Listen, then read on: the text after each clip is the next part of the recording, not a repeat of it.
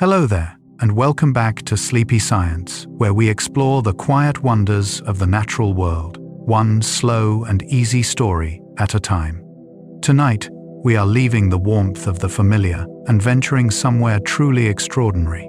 We are heading south, far south, past the last harbour lights, past the last stretch of green land, to the edge of the world where ice meets ocean and the wind draws long, cold breaths across a white and endless horizon. Tonight, our companions are small and waddling and dressed as though they have somewhere important to be. They are ancient creatures, shaped by millions of years of ice and sea. They are birds that have traded the sky for the deep, that have turned their wings into paddles and learned to outswim creatures many times their size. They raise their young in some of the harshest places on Earth, and yet they do it together, huddled and warm against the cold, steady and unhurried, in a way that feels almost like wisdom. Tonight, we are going to follow penguins, through their history, through their science, through the quiet poetry of their daily lives. There is no rush here, nowhere else to be. All you need to do is breathe slowly. Let your muscles soften into whatever you are resting on, and allow the world of the penguin to carry you gently into rest. If you enjoy spending your evenings here at Sleepy Science, a like or a quiet comment is always appreciated. It helps others find their way to this peaceful corner, one sleepy listener at a time. But for now, there is nothing to do but settle in and let these wonderful birds walk you softly towards sleep. Let us begin. Penguins are among the oldest birds on Earth, with a lineage stretching back more than 60 million years. When we think of ancient animals, we often picture the obvious ones. The great reptiles of the prehistoric past, the long-legged birds that stalked early marshes. But the penguin carries its own quiet kind of ancientness, one that is easy to overlook when you are watching it waddle along a rocky shore. The earliest penguin ancestors lived not long after the great extinction that ended the age of the dinosaurs. While the land was still recovering, while mammals were only beginning their long rise, something in the southern waters was already changing shape. Early penguin relatives still flew above the waves. They had wings that beat through air, beaks pointed at fish, bodies that knew both worlds. Over millions of years, as the southern oceans grew colder and food became more concentrated in the deep, those wings changed. They shortened, stiffened, became denser. What was once a wing became something closer to a flipper, sculpted by time into a tool for diving rather than soaring. It was not a sudden change, but a gradual one generation barely different from the last. And yet, across millions of generations, the transformation was complete. The penguin that emerged was no longer a creature of the air. It had become something better suited to the world it actually lived in. There is something quietly profound about that. A whole lineage of animals remaking itself, slowly, without intention, simply in response to the world as it was. By the time the great ice sheets began to form over Antarctica, penguins were already there, already waiting, already adapted to a cold that would have been impossible for most other creatures to endure.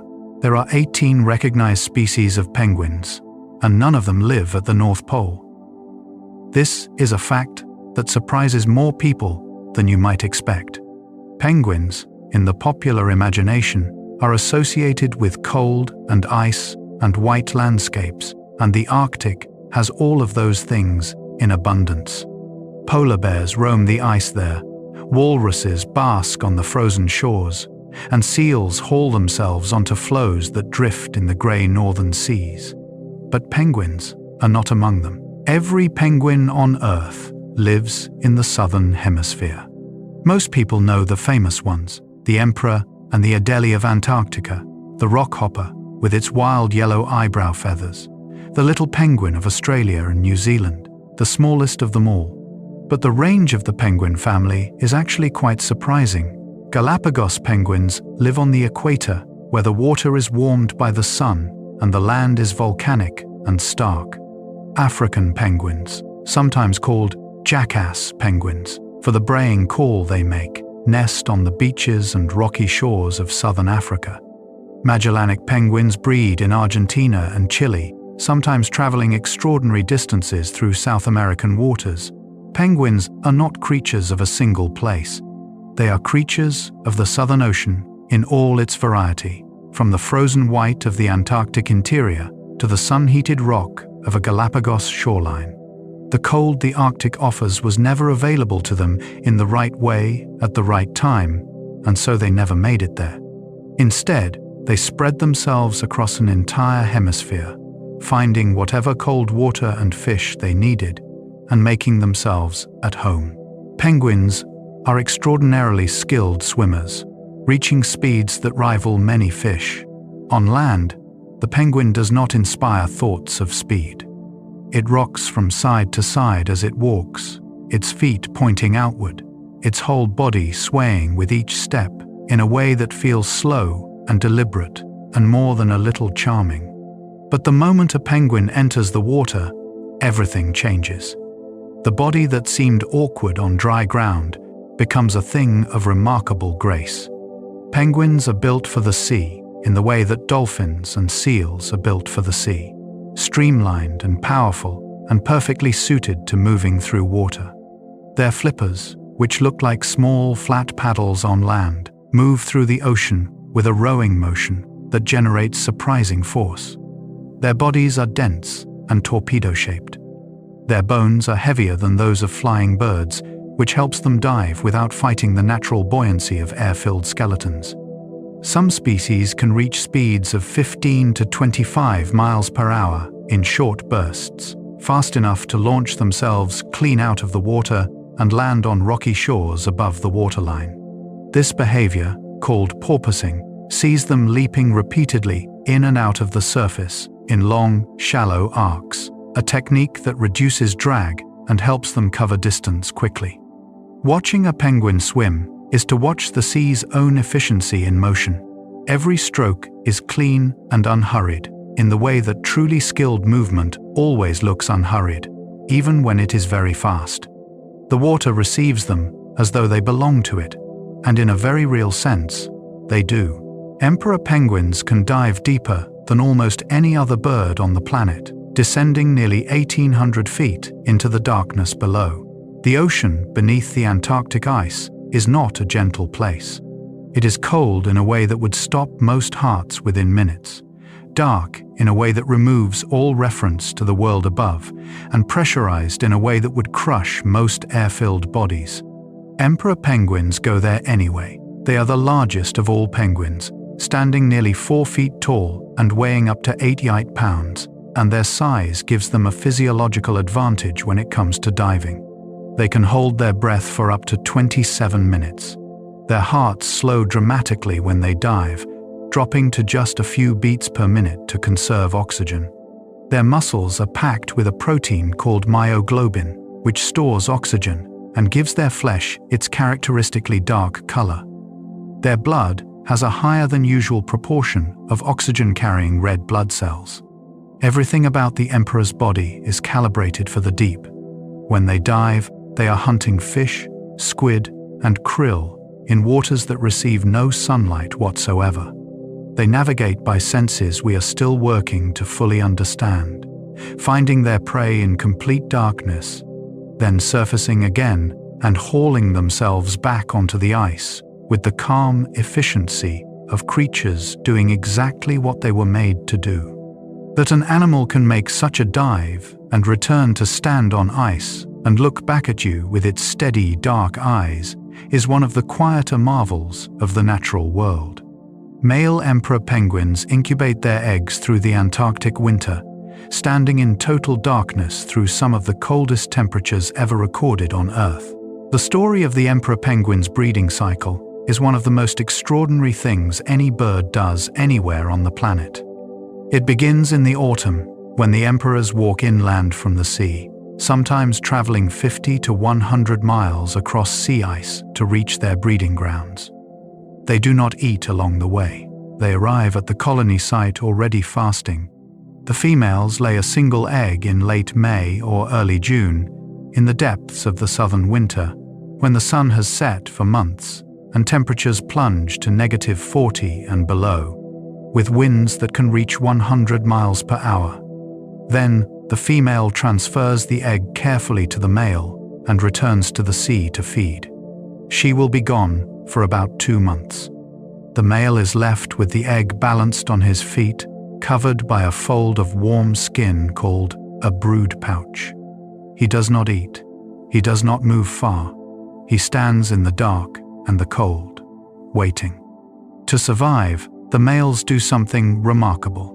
They huddle together in great masses of thousands of birds, shuffling slowly in a gentle rotation so that no single bird stays on the outside of the huddle for too long. The ones in the center are warm.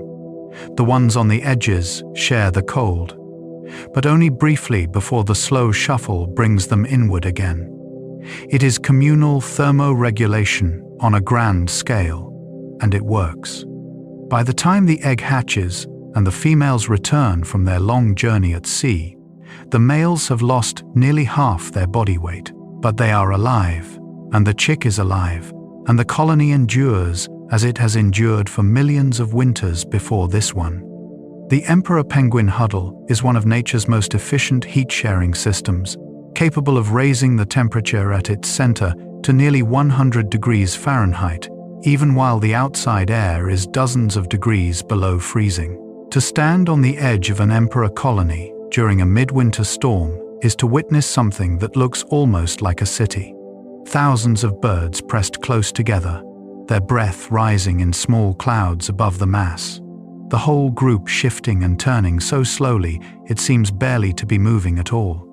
Researchers who have studied these huddles have found that they are not random, not simply penguins crowding together out of instinct. They follow a kind of logic. When a gap opens in the huddle, birds on the windward side lean in to close it, maintaining the compact shape that traps warmth most effectively. The huddle also moves as a body, drifting slowly downwind as birds from the leading edge wrap around to the sheltered rear, an almost mechanical efficiency hidden inside what looks like a simple crowd. At the center of a large huddle, temperatures can reach 37 degrees Celsius or nearly 99 degrees Fahrenheit, the same comfortable warmth as a human body, maintained without fire, without any structure at all, sustained entirely by the collective heat of thousands of small living furnaces standing together in the dark. It is warmth built entirely from closeness and patience, which is perhaps the oldest warmth there is. Penguins communicate through a rich language of calls, and each bird has a unique vocal signature that its mate and chick can identify in a crowd of thousands. A colony of emperor or king penguins from the air looks like an undifferentiated mass of black and white, tens of thousands of nearly identical birds pressed together on a plain of rock or ice. How does any individual find its mate in that crowd? How does a returning female, after months at sea, locate her partner among 10,000 birds that all look the same? The answer lies in sound. Each penguin has a call that is uniquely its own, shaped by the subtle architecture of its throat and beak in a way that no two birds share exactly. Mates learn each other's calls over the course of a breeding season, imprinting on the specific frequencies and rhythms that belong to their partner alone. When the female returns from the sea, she does not look for her mate. She calls, and he calls back, and in the midst of a colony so loud that researchers have compared it to standing next to a jet engine, the two birds find each other through voice alone. Chicks, too, learn their parents' voices before they are even born, beginning to memorize the calls from inside the egg, so that when they hatch, they already know who belongs to them. In a world where everything looks the same, penguins have made themselves legible to one another through sound, a kind of invisible name tag worn in the throat, announced into the roaring air.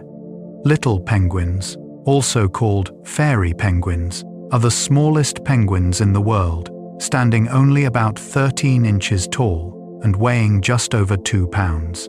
Off the southern coast of Australia and across New Zealand's shores, the little penguin makes its home. It is small enough to hold in 2 cupped hands, though it would object firmly to being held, since it has a sharp beak and a personality considerably larger than its body. Little penguins spend their days at sea, diving for small fish and returning to land at dusk, always under the cover of darkness to avoid the hawks and other predators that hunt by day. They nest in burrows dug into soft soil or tucked into crevices in rock, and they are intensely loyal to those burrows, returning to the same site year after year.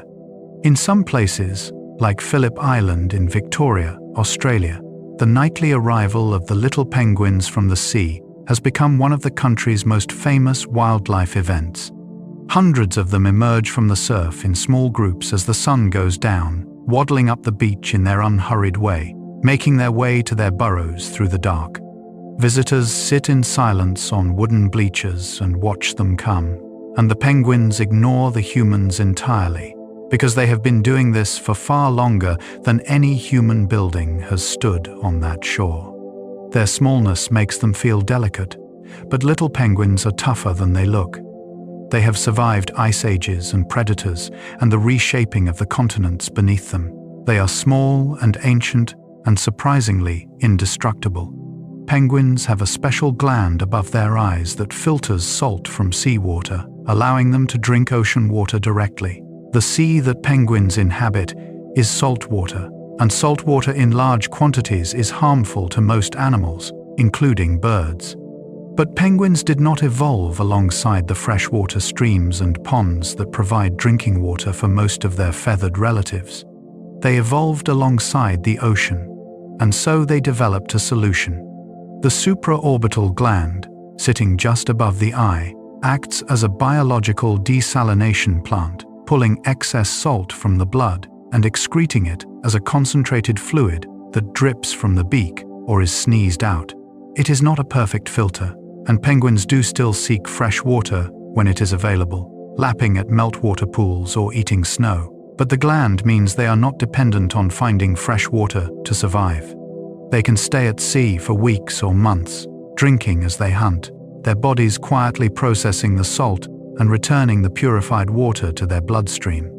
It is one of those adaptations that is easy to overlook, a small gland doing invisible work.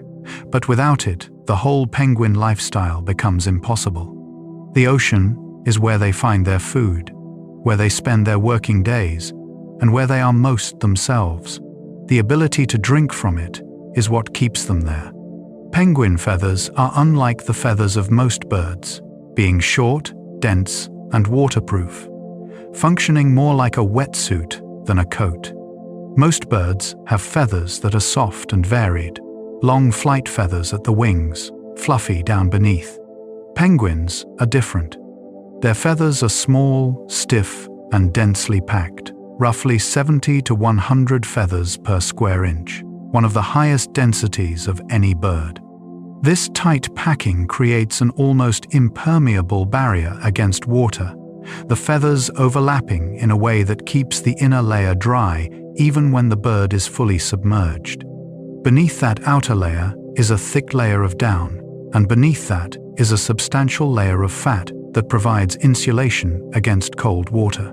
The whole system works together like an expertly designed diving suit. When penguins return from the water, they preen carefully, running their beaks along each feather and working waterproofing oil from a gland at the base of their tail throughout their plumage. The daily preening session is a long, methodical, almost meditative activity, the penguin working slowly through the whole coat, making sure every feather is clean and sealed. Once a year, usually after breeding, penguins go through a molt, losing all their feathers at once and growing a new coat over the course of 2 or 3 weeks. During this time, they cannot enter the water because their feathers are no longer waterproof, and so they stand on land, looking a little ragged, a little unfinished, waiting patiently for the new coat to grow in.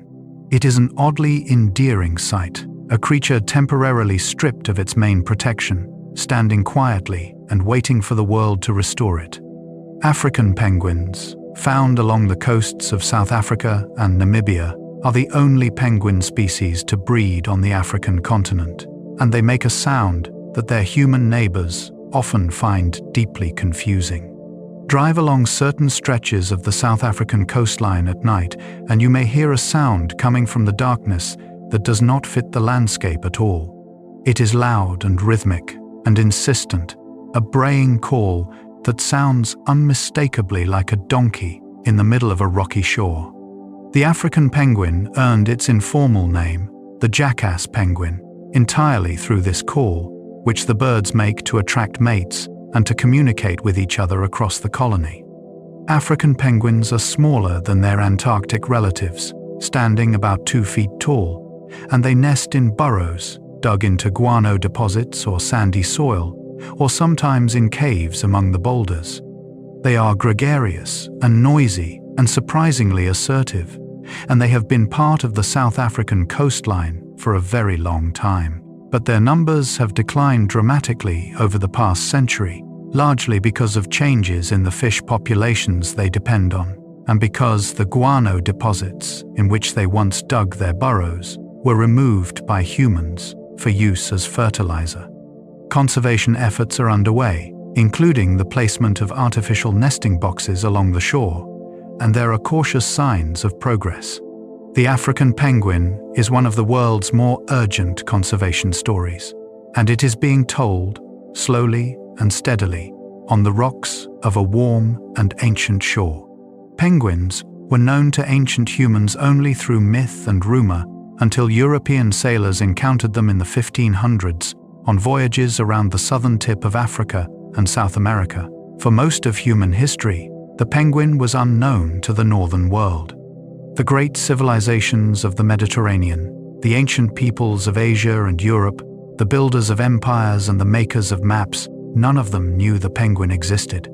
It lived at the bottom of the world, in waters that no northern sailor had yet reached, going about its ancient business in perfect ignorance of everything above the equator. The first written descriptions of penguins in European records come from Portuguese sailors rounding the Cape of Good Hope in the late 1400s, who encountered what they described as fat birds that could not fly and were found in great numbers on rocky shores. Later, when Ferdinand Magellan's expedition skirted the coast of South America in the early 1500s, his chronicler, Antonio Pigafetta, wrote a description of strange geese that could not fly and that had feathers like fish scales. He was describing Magellanic penguins, and his account is one of the earliest clear European descriptions of the birds. When these accounts filtered back to Europe, they inspired fascination and disbelief in equal measure. A bird that could not fly but could swim faster than a man could row? A bird that lived on ice and nested in colonies of thousands? It sounded like something from a traveler's tale, which is exactly what it was. The penguin took its place in the European imagination as an emblem of the strange southern world, and it has been fascinating people ever since. The name penguin may have originally referred to the great auk, an entirely different bird, before being transferred to the southern birds we know today. The history of the word penguin is one of the stranger etymological puzzles in the natural sciences. Before Europeans reached the southern oceans, the term was already in use among sailors of the North Atlantic, applied to the great auk, a large flightless bird that once lived in enormous numbers on rocky islands in the northern seas. The great auk looked nothing like what we now call a penguin. It was larger, ungainly on land in a different way, and it lived in a completely different ocean, but it shared certain qualities. It could not fly, it was a strong swimmer, it lived in cold water, and it gathered in vast colonies on rocky shores. When European sailors reached the southern hemisphere and encountered the birds we now call penguins, they applied the same word, partly because the new birds reminded them of the old ones, and partly, perhaps, because the sailors of that era were not always inclined towards strict terminological precision when encountering animals in unfamiliar waters. The original penguin, the great auk, was hunted to extinction in the middle of the 1800s. The last known pair killed on a small island off the coast of Iceland in the year 1844. The name survived the bird, and it now belongs entirely to the creatures of the southern seas, who inherited it without ever knowing they had received anything at all. King penguins, the second largest penguin species, raise their chicks over a period of 13 to 16 months, one of the longest parental investments of any bird. King penguins live on the Sub-Antarctic islands that sit in the rough waters between the southern tip of South America and Antarctica proper, places like South Georgia and the Falkland Islands and the Crozet Archipelago. Their colonies are among the most visually spectacular of any animal gathering on Earth. Thousands of birds standing together on broad plains of green grass, their golden-orange neck patches burning in the low southern light. Their chicks, a uniform brown and fluffy and considerably larger than you might expect. King penguin chicks are not abandoned quickly. The breeding cycle is so long that it stretches across an entire year and into the next, meaning that a successful breeding pair can only breed roughly twice every 3 years. The chick grows slowly, spending the southern winter in the colony, while both parents take turns feeding it and keeping it warm. During the lean weeks of winter, when the adults are spending more time at sea, the chick may fast for weeks or even months, sustained by the thick layer of fat it has built up through the autumn. When spring comes again and the ocean grows rich again, the parents feed the chick intensively until it reaches fledging weight, and then it sheds its brown down coat in favor of the silver-gray plumage of a juvenile and makes its way to the sea for the first time. Standing among king penguins, researchers report, is one of the most overwhelming wildlife experiences possible. They are large, calm, and entirely unintimidated by human presence. They will walk up to examine a boot with focused curiosity and then wander away again, reassured that it is not interesting after all. Penguins navigate the open ocean partly by using the position of the sun, the angle of light polarized through clouds, and possibly even the Earth's magnetic field. Weeks out at sea, far from any landmark, with no visible horizon in bad weather and no stars through heavy cloud, how does a penguin know which way is home? This question occupied marine biologists for decades, and the answers that have emerged are more complicated and more fascinating than anyone initially expected. Penguins, like many migratory birds, appear to carry multiple navigational systems within them. They can orient by the sun when it is visible, using it as a compass corrected for time of day. On overcast days, they may be able to detect polarized light patterns in the sky that are invisible to human eyes. And there is growing evidence that they can detect the Earth's magnetic field, using it as a kind of built-in compass that functions even in total darkness.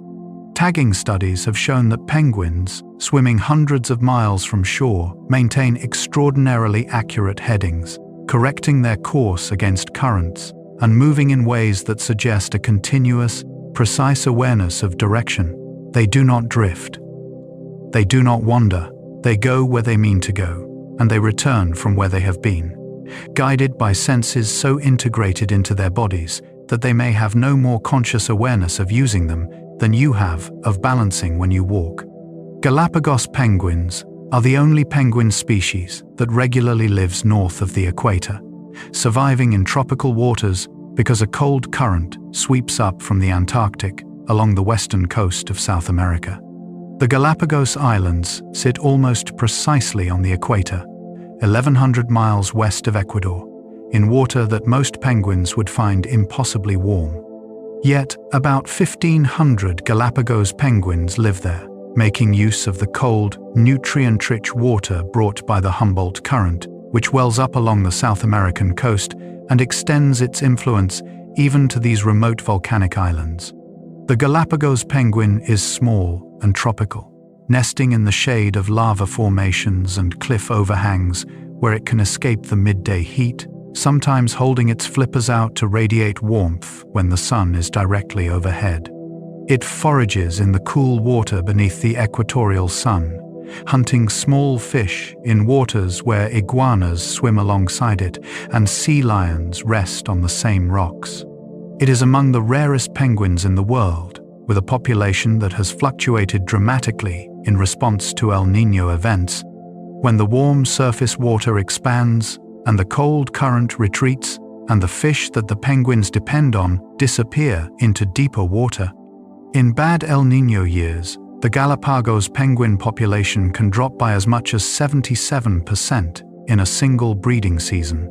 The birds wait, and the current returns, and they breed again, and the numbers slowly recover. They have been doing this for hundreds of thousands of years, and they carry the knowledge of survival in a warm and unpredictable world in every generation that is born on those black lava shores. Penguins' black and white coloration is not simply decorative, but a form of camouflage called countershading that makes them less visible to both predators and prey while swimming. From above, a penguin's black back blends into the dark water below, making it harder for an aerial predator or a leopard seal looking down from above at a shallower level to spot it against the deep. From below, the white belly blends into the bright surface sky when viewed from a fish or squid looking upward. The penguin is, from every direction, trying to disappear. Countershading is used by many ocean predators and prey animals, including sharks and dolphins and many species of fish, for exactly the same reason. The penguin, as both hunter and hunted, benefits from invisibility in both directions. It is a simple strategy, black on top and white below, but it has been selected for over millions of years because it works. The sharp line that runs along the side of a penguin, where the black of the back meets the white of the belly, is the edge of this camouflage system, and in the water, where light plays tricks and contrast dissolves into movement, it helps the bird disappear into whatever background it happens to be swimming against. The tuxedo look that makes penguins so recognizable and beloved on land is, in the water, an invisibility cloak. Rockhopper penguins are among the most dramatically marked of all penguin species, with vivid yellow and black crest feathers that stand straight up from their heads, like the most committed punk hairstyle in the animal kingdom.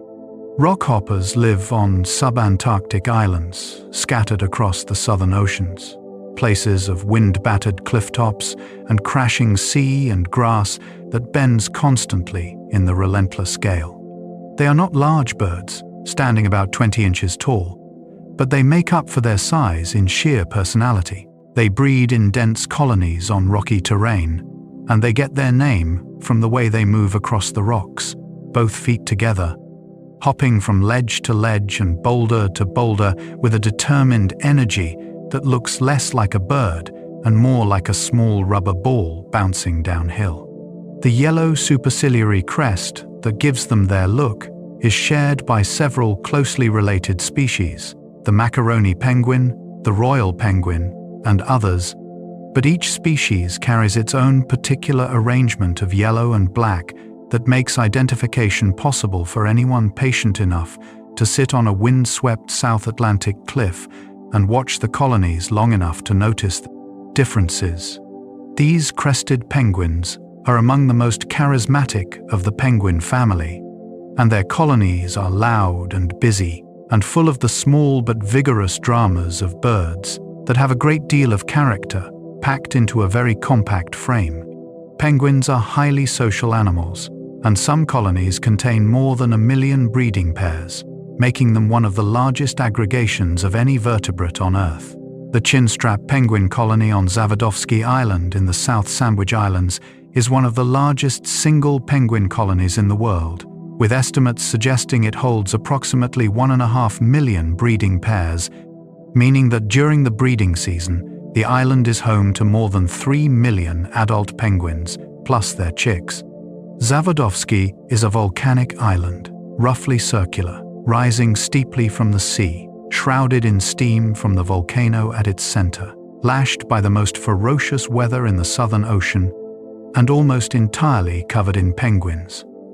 Researchers who have managed to land on it describe the sound as something close to overwhelming, and the smell as something close to impossible. Every square meter of suitable ground is occupied. The birds cover the slopes and the crater rim and the narrow coastal shelves like a living carpet, and all of them are calling, and all of them are in motion, and the island hums and shrieks and roars with the concentrated noise of millions of small, determined lives. The number is almost impossible to hold in the mind. 3 million penguins on a single island. More than the human population of many countries, all gathered on a patch of volcanic rock in the middle of the Antarctic Ocean, raising their young and fishing the surrounding waters and making a noise that can apparently be heard from a ship before the island itself comes into view. Penguins evolved from flying ancestors, and the evolutionary transition from wing to flipper happened gradually over millions of generations, with each intermediate stage offering some advantage that kept the change progressing. There is a widespread misconception that evolution always moves toward a clear goal, as though some distant version of the emperor penguin was waiting to be arrived at, and the evolutionary process was simply the route taken to get there. Evolution does not work that way. Each generation simply did what worked in its immediate world. The early ancestors of penguins were flying seabirds, something like a cross between a modern petrel and a diver, and they spent time both in the air and the water. As the southern oceans became colder and more productive, the birds that dove more deeply, stayed underwater longer, and caught more fish, survived better, and had more offspring. Over time, wings that were slightly denser and stiffer and more paddle-like were more useful underwater, even if they were less useful in the air. Eventually, the trade-off shifted completely. A flipper that was excellent in water but useless in air served these birds better than a wing that was mediocre in both, because the fish were in the water and the birds that got the fish lived. The bones became heavier, the feathers became denser, the body became more streamlined. Each change was small. No single bird noticed itself becoming less of a bird in the way we might imagine. But across 60 million years, the change was total. Today's penguin cannot fly, and it does not need to, because everything it needs is in the water beneath it. Penguins have been studied intensively by scientists for more than a century, and they have become one of the most important indicator species for tracking the health of the Southern Ocean. An indicator species is one whose population changes reflect changes in the broader ecosystem, a kind of biological canary in the coal mine that allows scientists to assess the health of a place without having to measure everything at once. Penguins are excellent at this role because they are highly visible, relatively easy to count, and sensitive to changes in their food supply. When the fish and krill that penguins depend on diminish, penguin populations decline in ways that are measurable and significant. When the ice changes, as it has been doing in recent decades in parts of Antarctica, the distribution of penguins changes with it. Researchers have been monitoring particular colonies for decades, tracking breeding success, chick survival, adult body weight, and foraging behavior. And the data they have accumulated tells a detailed story about the state of the Southern Ocean over time. Some penguin populations in the Antarctic Peninsula region have declined sharply as the climate has warmed. Others, on the other side of the continent where sea ice has been expanding, have increased. The penguins are not just animals in this context. They are data points in a story about a planet in transition, small black and white witnesses to changes that unfold over years and decades and centuries.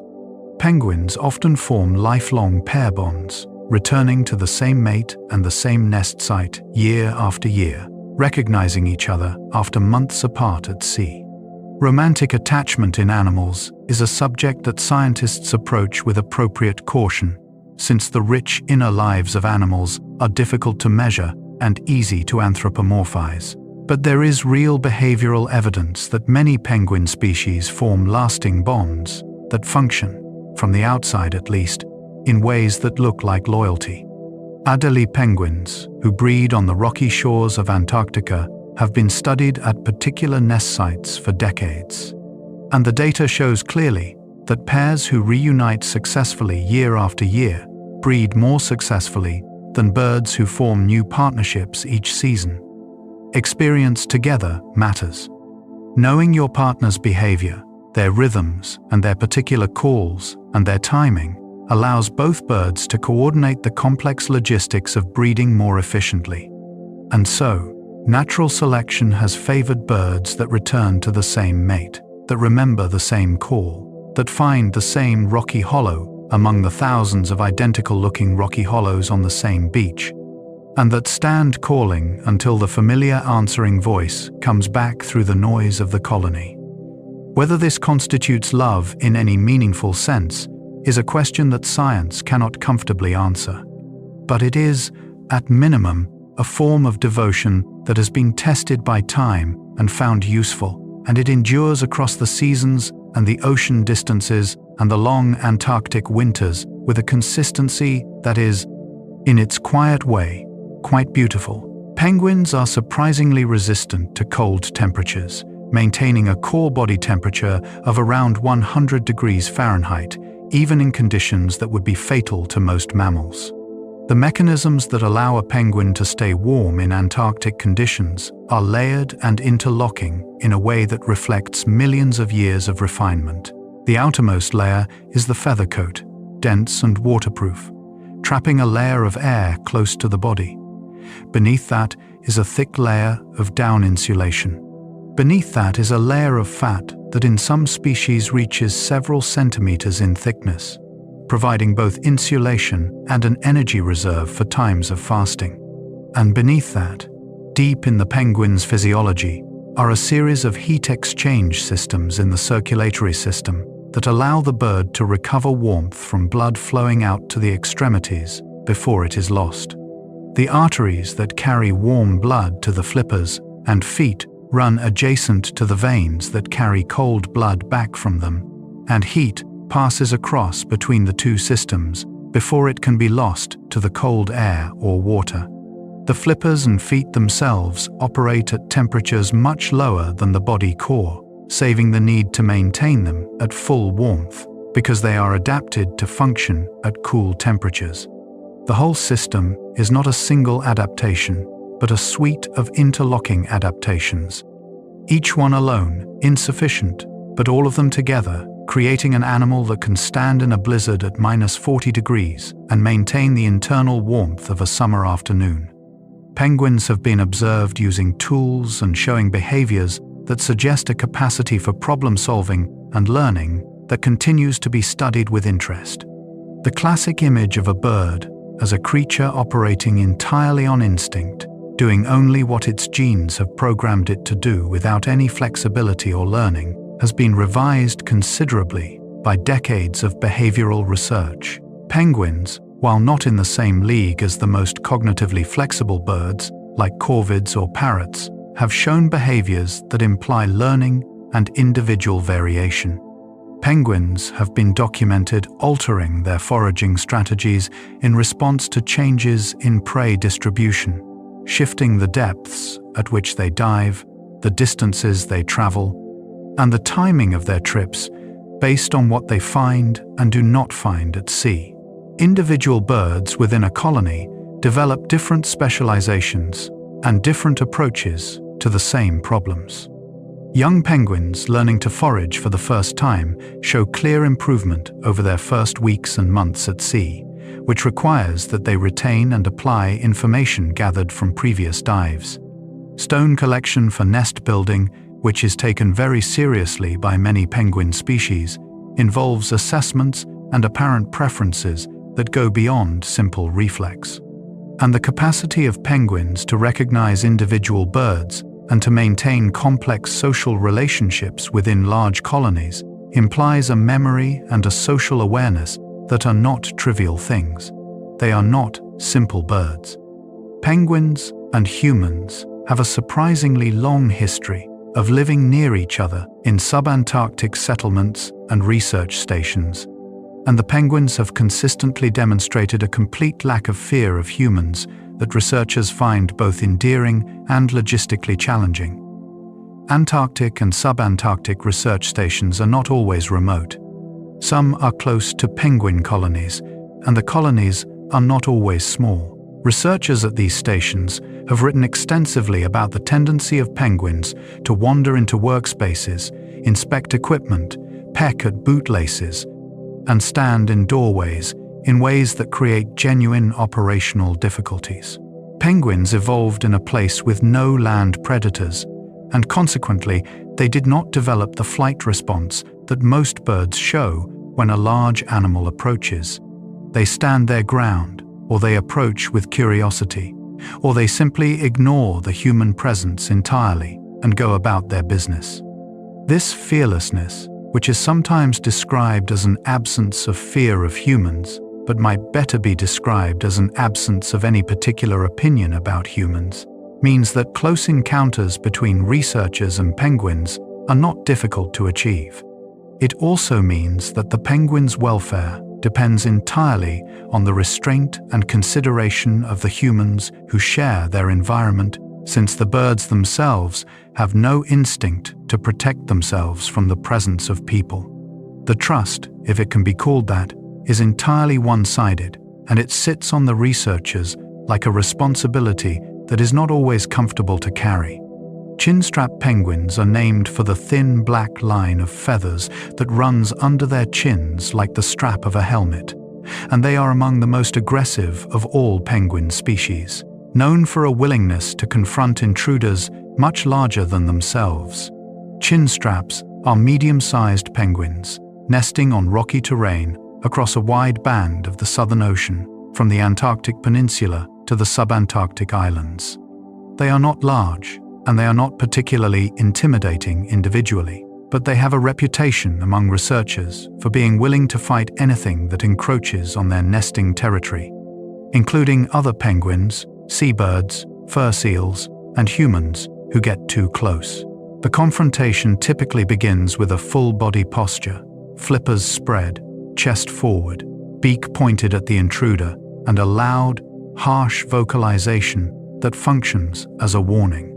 If the warning is not heeded, the chinstrap follows through with genuine commitment.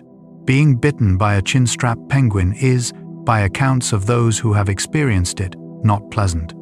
Their beaks are hooked and powerful and designed for gripping slippery fish, and when applied to a human hand or ankle, they leave a mark that is remembered.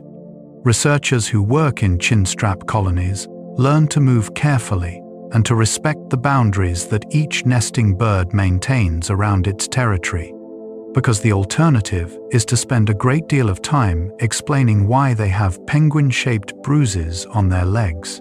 The fossil record of penguins includes species that were significantly larger than any living today, with one ancient species potentially reaching 5 feet in height and weighing as much as a small adult human.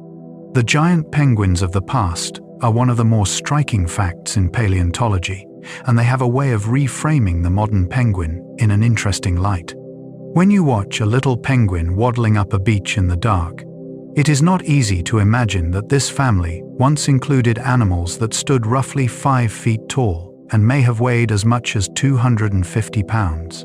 But the fossil evidence is clear, and it is found in multiple species from multiple time periods, suggesting that large body size was a common feature of early penguin evolution. Paleontologists have found penguin fossils on every continent in the southern hemisphere, including in Peru and New Zealand and Antarctica, and several of the species they have described were considerably larger than any penguin alive today. The reasons for this size reduction over time are not fully understood. One idea is that the arrival of large marine mammals, the seals and whales and dolphins that also evolved over the last 30 to 40 million years, provided competition that drove penguins toward different ecological niches, smaller sizes, faster swimming, and different foraging depths. Whatever the reason, the family has grown smaller over time while growing more diverse, and the giants of the past exist now only as fossils, bones pressed into the rock of ancient shores where they once waddled through a world that looked very different from the one we know. Penguins have a strong homing instinct, and studies using satellite tracking have shown that they can return to their precise nesting site with an accuracy of within a few centimeters after months at sea and thousands of miles of travel. To return to the exact spot where your nest was, in a colony of 10,000 similar nests, after a journey of 6,000 miles through open ocean and around the tip of a continent and back again, navigating without landmarks through storms and fog and currents, and to arrive within a few centimeters of the right place, is an achievement of navigational precision that is difficult to fully appreciate without sitting with it for a while. Researchers who have tracked this behavior through satellite telemetry report it with a kind of persistent astonishment that never quite becomes routine, no matter how many datasets they have analyzed. The penguins return. They always return, not approximately to the right area, not to the general neighborhood, to the rock, to the exact hollow between those two specific stones on that particular stretch of shore. The navigational system that makes this possible is not understood in complete detail, but it involves the multiple overlapping systems mentioned earlier, the sun compass, the magnetic sense, the memory of familiar coastlines as the bird approaches land, and possibly other cues that have not yet been identified. Whatever its components, the result is a creature that is, across thousands of miles and months of ocean, always pointed toward home. Macaroni penguins are the most numerous penguin species in the world, with a total population estimated at over 18 million individuals, making them one of the most abundant seabirds on Earth. The Macaroni penguin is a crested species, closely related to the rockhopper, and it takes its name from 18th century British slang. In colonial-era England, a macaroni was a fashionable man who wore extravagantly styled clothing and outlandish accessories, a dandy of the most elaborate kind. The song Yankee Doodle, still familiar today, references this usage when it describes a man sticking a feather in his cap and calling it macaroni. When British sailors encountered these penguins with their wild orange and yellow crest feathers, the comparison to the overdressed gentlemen of London fashion apparently seemed apt. The name stuck. Macaroni penguins are large, aggressive birds that breed in vast, noisy colonies on Sub-Antarctic islands, primarily in the southwest Atlantic and Indian Ocean sectors. Their sheer numbers mean they are a significant force in the Southern Ocean ecosystem, consuming enormous quantities of krill and small fish, and in turn providing food for leopard seals, killer whales, and giant petrels. Despite their abundance, their population has declined significantly over recent decades for reasons that are still being researched, and they are currently classified as vulnerable. 18 million birds sounds like security, but in the context of a species that once numbered far higher, it is a population under pressure, watched carefully by scientists who know that numbers alone do not guarantee a future. Penguins sleep in short bursts rather than in long consolidated periods, a pattern called microsleep that allows them to rest while remaining alert to predators. Sleep in penguins is not the long nightly unconsciousness that humans require. Penguins, like many animals that live in environments with constant danger, sleep in fragments. They doze repeatedly throughout the day and night, each episode lasting from a few seconds to a few minutes. And the total amount of sleep accumulated across these fragments can add up to 10 or 11 hours of rest across a 24-hour period, which is more than most humans get. The microsleep pattern keeps them at a level of awareness sufficient to respond to a threat that approaches while they are resting. On land, in a colony where leopard seals and skua birds represent real dangers, A penguin that fell into a deep sleep for 8 hours would be vulnerable in ways it cannot afford to be. Interestingly, researchers studying this behavior have found that penguins can engage in uni-hemispheric sleep, sleeping one half of their brain at a time while the other half remains awake. A capacity that has been documented in other birds and in marine mammals like dolphins. The sleeping half of the brain rests while the waking half maintains awareness and even controls one open eye. It is a form of rest that keeps the animal perpetually half present, never fully absent from the world, which is perhaps a useful thing when you are a small creature surrounded by larger ones that are hungry. Penguin chicks are covered in grey or brown fluffy down when they hatch, and this down must be replaced entirely with waterproof juvenile feathers before the chick can safely enter the sea for the first time. The transition from chick to juvenile is one of the most critical periods in a penguin's life. The downy covering that keeps the chick warm on land is not waterproof, and a chick that enters the ocean before its juvenile plumage has fully grown in would become waterlogged and lose heat rapidly, an outcome that would be fatal within minutes in cold southern waters. The parents know this, or rather, the chick's own physiology manages the transition in a way that prevents it from happening too soon. As the juvenile feathers push through, the down falls away in clumps, and for a few weeks, the young penguin looks disheveled and patchy, half fluffed and half sleek, as the new coat replaces the old one. The timing is controlled by hormonal changes, triggered partly by the season and partly by the chick's own growth rate and nutritional state, and it reliably produces a bird that is ready for the water before it enters the water. On the day a young penguin first reaches the sea, it faces a world it has never encountered, with predators and currents, and the need to hunt that it has never had to practice, and it goes in anyway, because the sea is where it belongs, and some knowledge runs deep enough that it does not need to be taught. The relationship between penguins and krill is one of the most important ecological relationships in the Southern Ocean, and changes in krill abundance have cascading effects that reach all the way up through the food web to the largest whales. Krill are small, shrimp-like crustaceans, rarely more than 2.5 inches long, and they live in enormous swarms in the cold, productive waters of the Southern Ocean.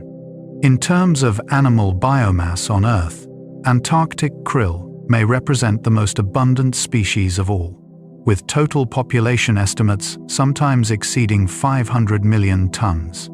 They feed on the tiny algae that bloom beneath the sea ice in spring and summer, converting sunlight and seawater into protein-rich flesh that is then eaten by penguins, seals, whales, fish, squid, and seabirds in quantities that are almost impossible to overstate.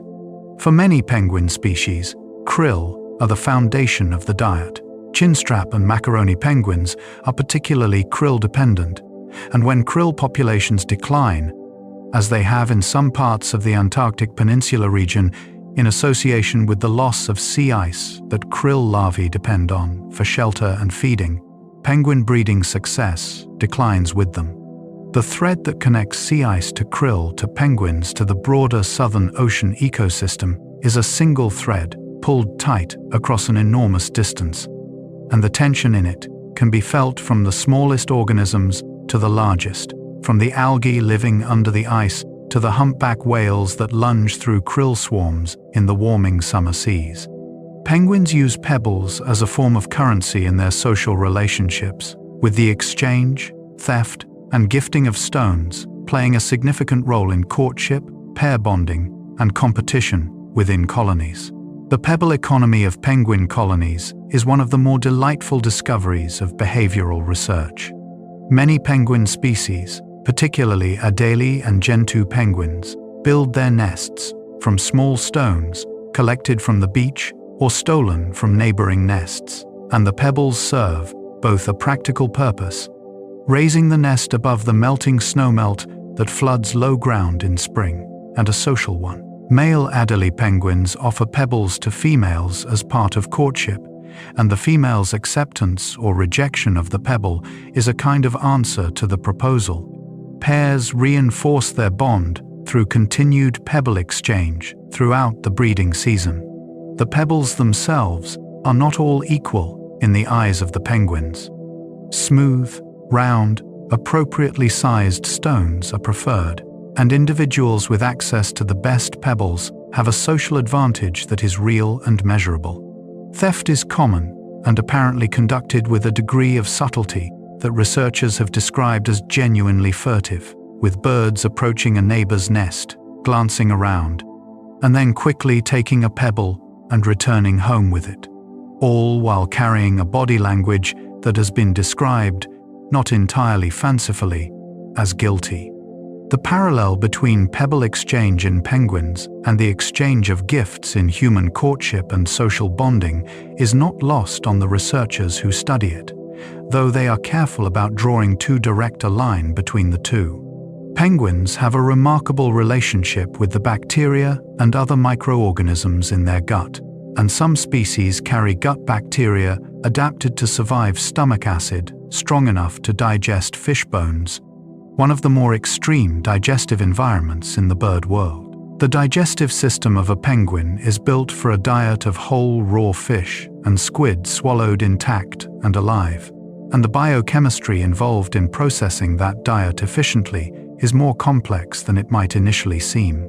Penguin stomach acid is highly concentrated, capable of breaking down not just the soft tissues of fish and squid, but the bones and cartilage as well, extracting maximum nutrition from every meal.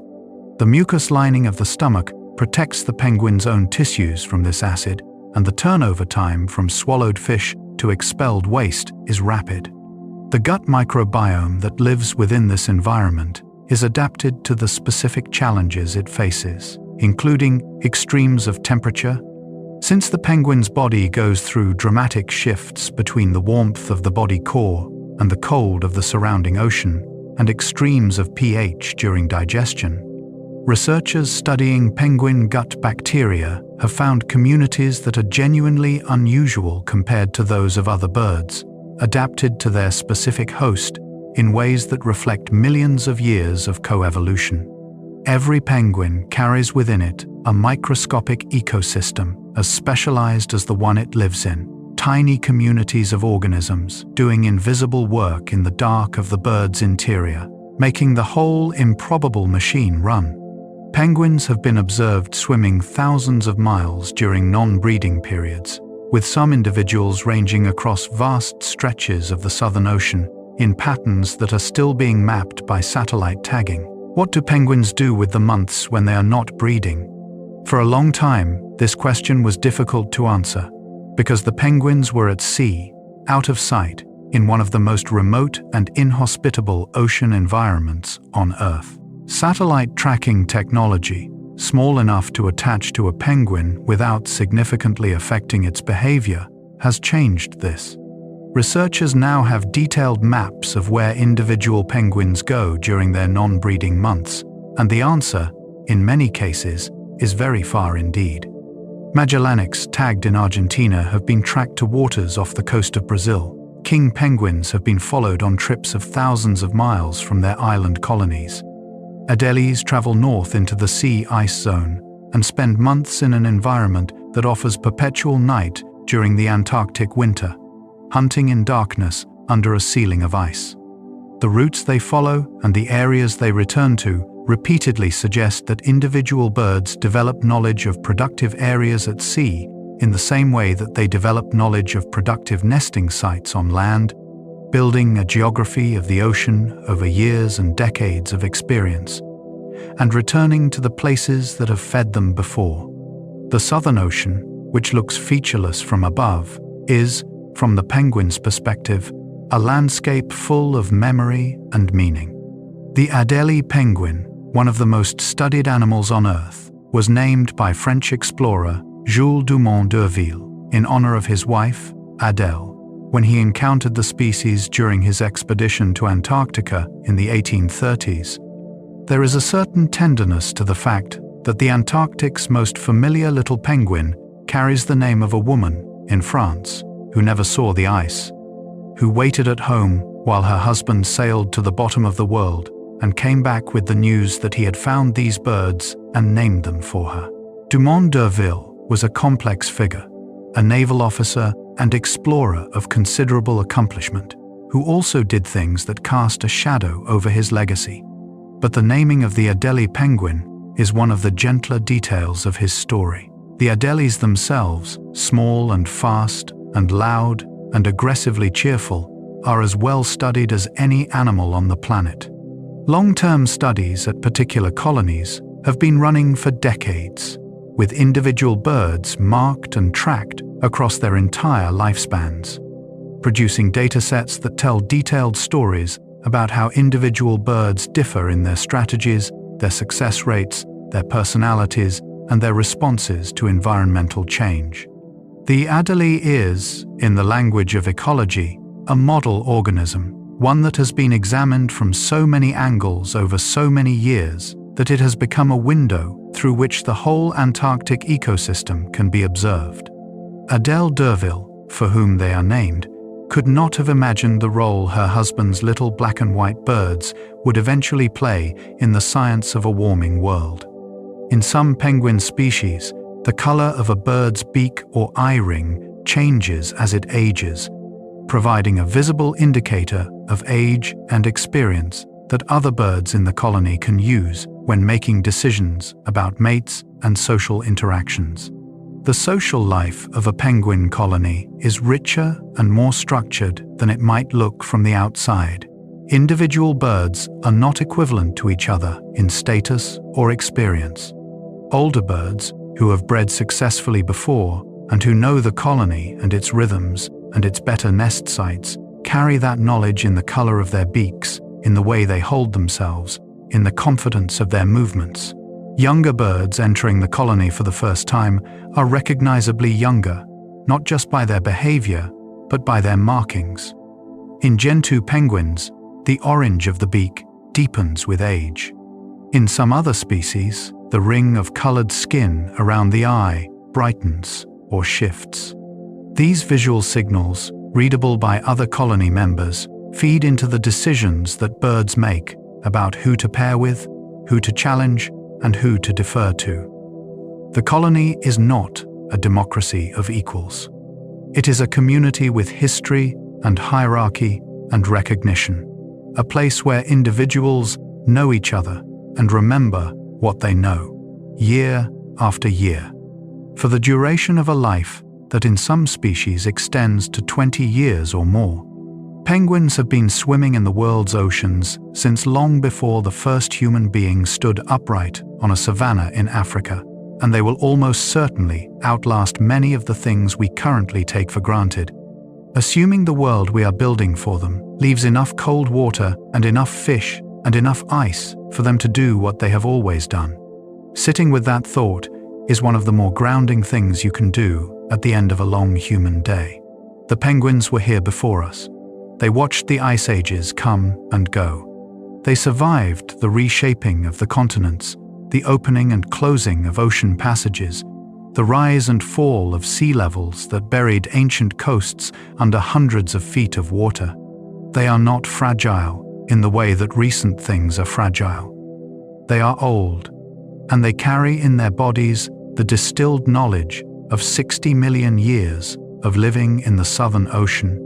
And every day, a penguin dives into that cold water and comes back up with a fish in its beak, is a small victory that is connected to every other small victory its ancestors won in every other ocean morning that came before it.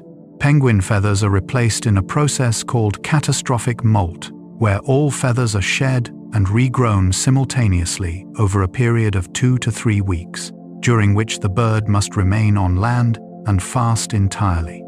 Most birds molt gradually, replacing old feathers in a sequence that always leaves enough plumage for flight, or, in the penguin's case, for swimming.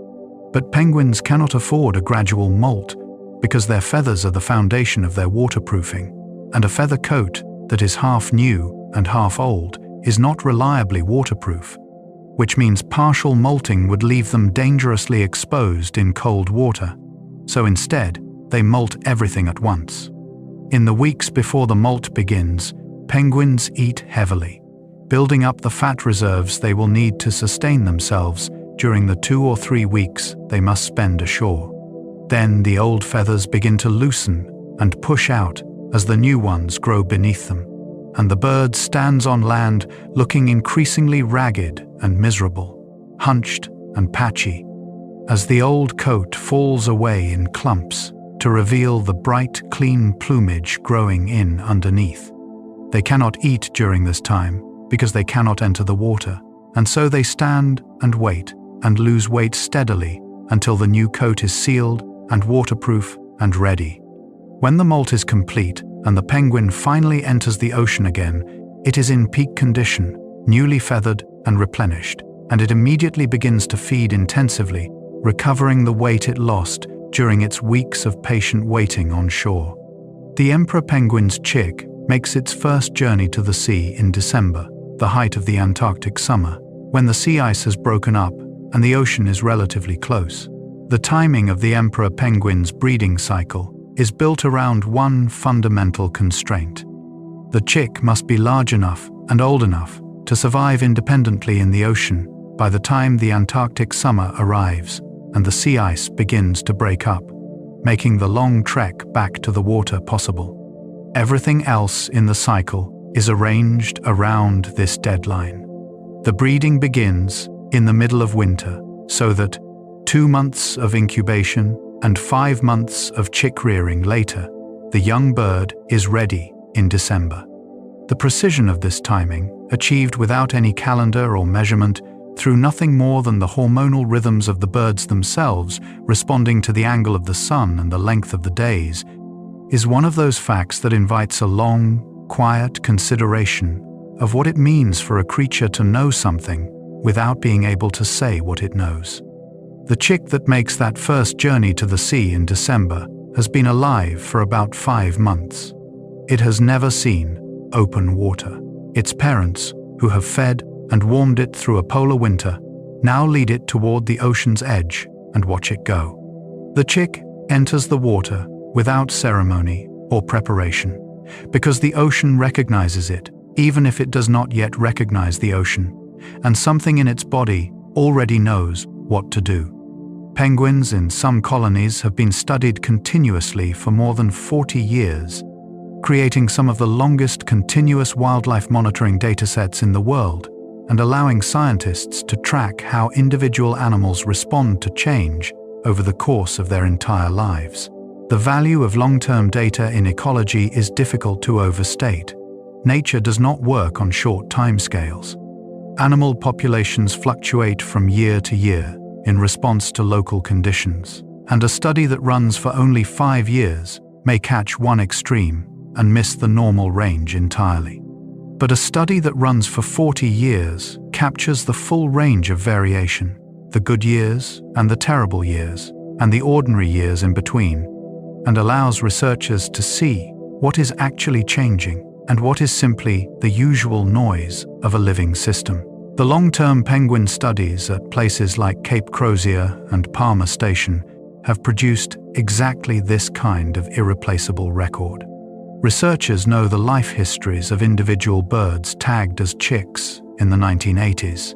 They know how many of those birds survived to breed, how many breeding attempts each successful bird made over its lifetime, how its weight and breeding success tracked against the condition of the sea ice and the abundance of krill in any given year.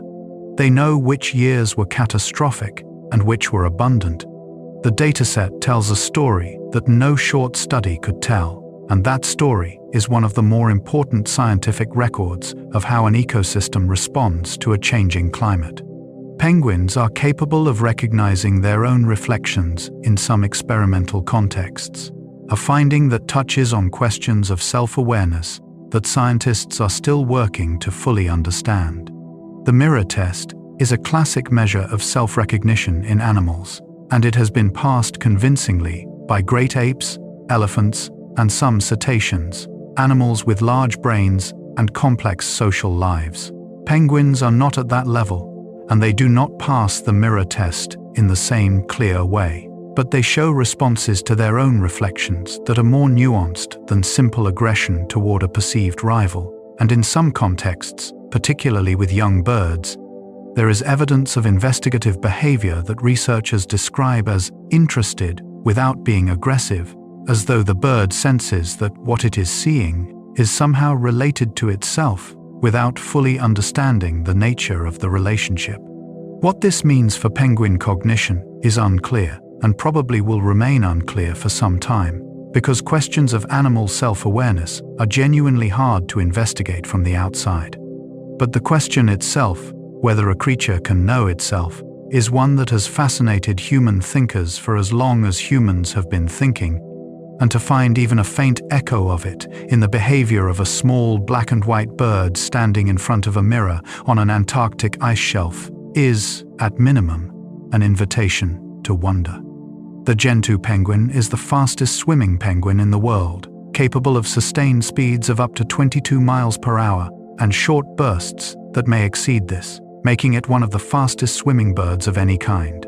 Gentoos are found on the Antarctic Peninsula and on Sub-Antarctic islands, and they are recognizable by the broad white stripe that runs across the top of their heads from eye to eye, like a headband, and by the bright oranged color of their beaks.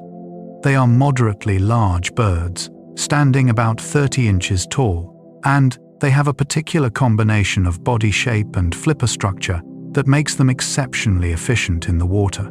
Researchers studying Gentoo foraging behavior have tracked individual birds diving hundreds of times in a single day, covering enormous distances in their pursuit of fish and krill.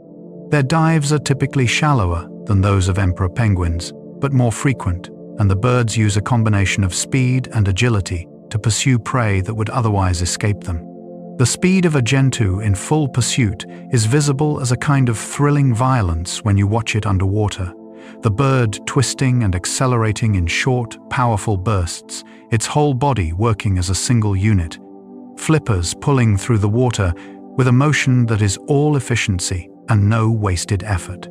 On land, where they also move relatively quickly for a penguin, Gentoos have a dignified, unhurried confidence that is entirely at odds with what they become the moment they enter the sea.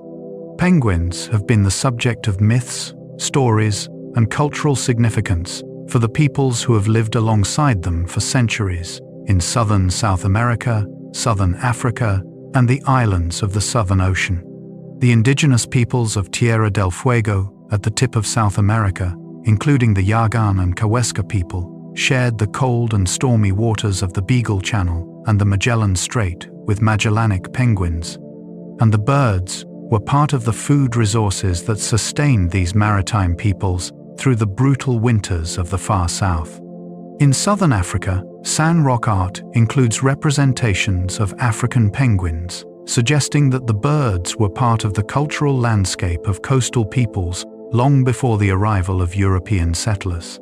The Maori people of New Zealand have traditional knowledge of the little penguin and the yellow-eyed penguin that predates any scientific study. And this knowledge, including information about breeding sites, seasonal movements, and population changes, has become increasingly important to conservation work as scientists recognize the depth and accuracy of what traditional ecological knowledge can contain.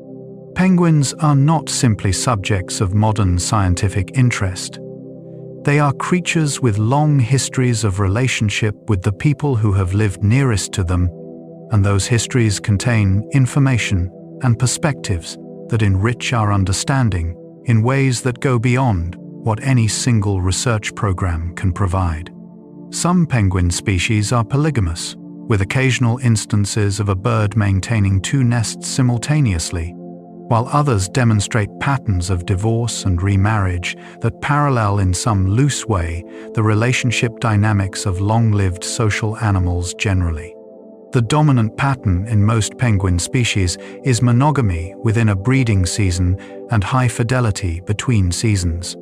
But the patterns are not absolute, and the exceptions are instructive. In some populations, researchers have documented birds that abandoned successful mates in favor of new partners, a behavior called divorce, in the behavioral ecology literature. These divorces appear to be more common after failed breeding attempts, suggesting that birds assess their partner's contribution to the shared reproductive effort and act accordingly.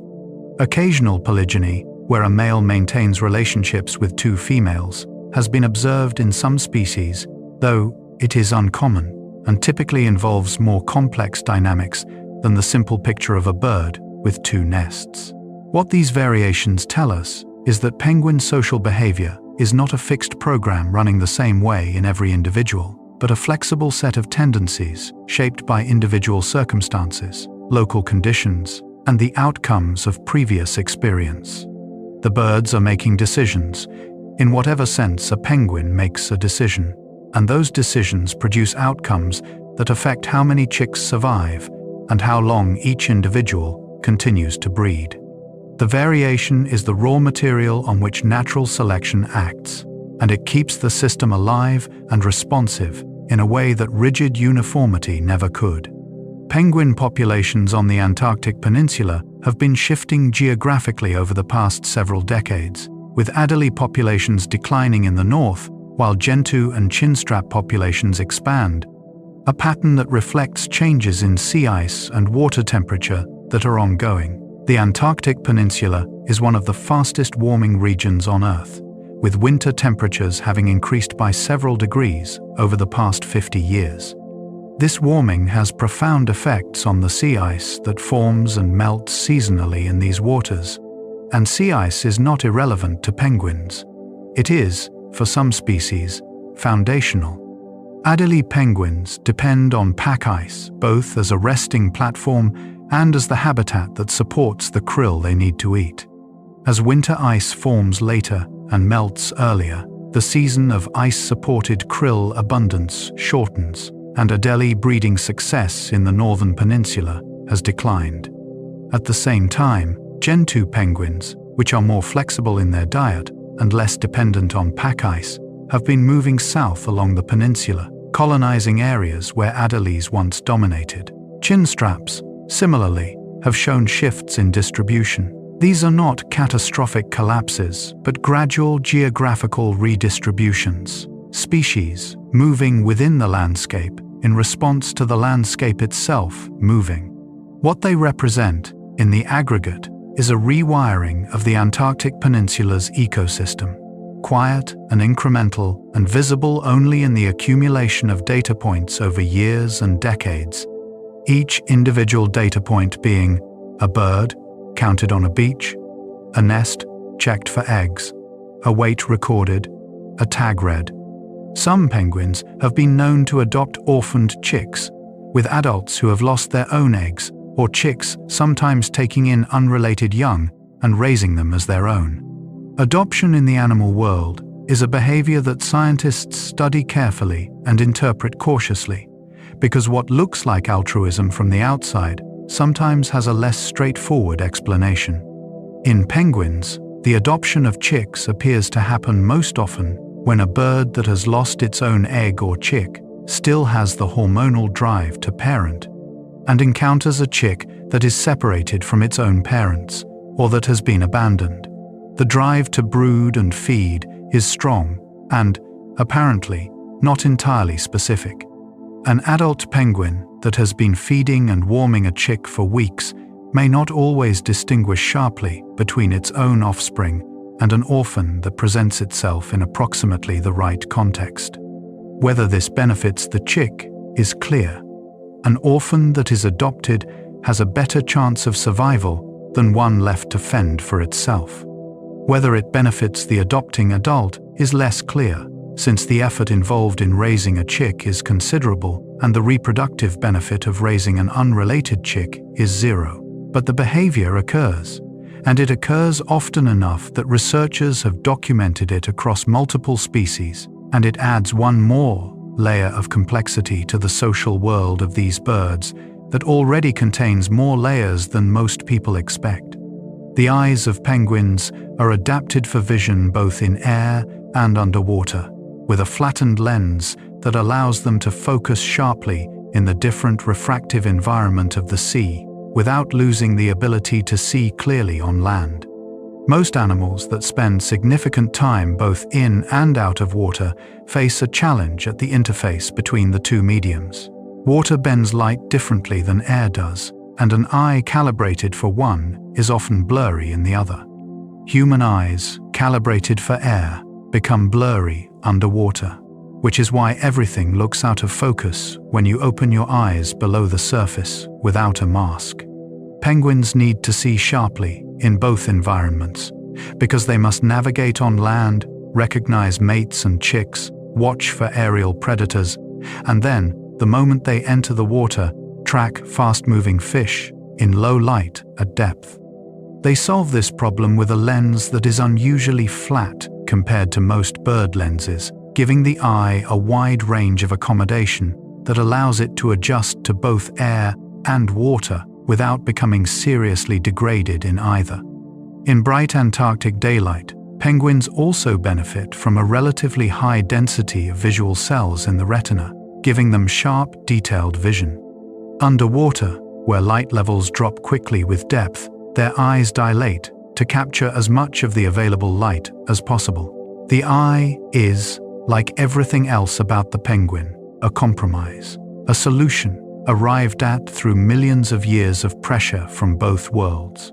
And it works in both worlds well enough for these birds to thrive across an enormous range of conditions.